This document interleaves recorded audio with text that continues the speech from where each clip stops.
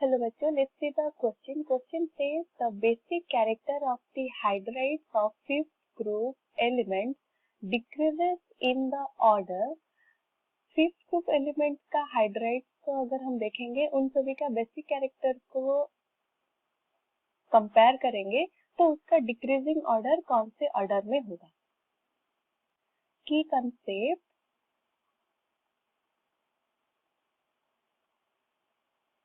यहाँ पर हमारा होगा size of the atom, size of element और उसके साथ हम देखेंगे उसका बेसिक नेचर और basic character.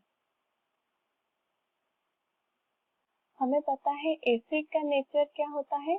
It can donate H+ और बेस किसको हम बोलते हैं जो एक्सेप्ट कर सकता है, accept H+.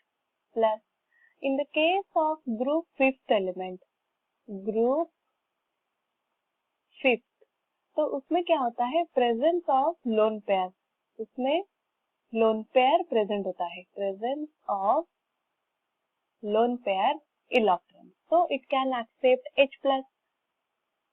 And at the same time अगर हम देखेंगे बेसिक स्ट्रेंथ एलिमेंट का किसके ऊपर डिपेंड करता है. Basic strength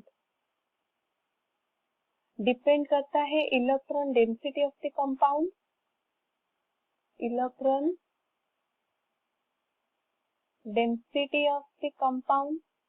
at the same time उस कंपाउंड का size, size of the compound, size of compound और delocalization possible in compound, delocalization possible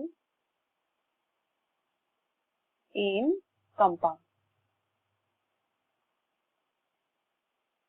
अगर हम डाउन द ग्रुप जाएंगे, moving down the group, moving down the group, उसमें क्या होता है addition of the extra cell, extra shell added, तो क्या होता है साइज इंक्रीज होता है, size increases. If size increases तो क्या हो जाएगा उसमें इलेक्ट्रोनेगेटिविटी डिक्रीज हो जाता है, इलेक्ट्रोनेगेटिविटी डिक्रीजेस, विच इंडिकेट जो इलेक्ट्रॉन डेंसिटी होता है वो भी लो हो जाता है, लो इलेक्ट्रॉन डेंसिटी. अगर एटम के ऊपर इलेक्ट्रॉन डेंसिटी कम हो जाता है there will be chances of low basic strength, मतलब बेसिक स्ट्रेंथ डिक्रीज हो जाता है, basic strength decreases. Hence group fifth order में जो हाइड्राइड होता है उनका ऑर्डर क्या होगा, सबसे हाईएस्ट स्मॉल साइज हाइड्राइड होता है दैट इज अमोनिया NH3, उसका बेसिक स्ट्रेंथ हाई होगा than CH3, nitrogen, phosphorus, arsenic and antimony that is ASH3 and SbH3. ये होगा उसका order of the basic strength, basic strength.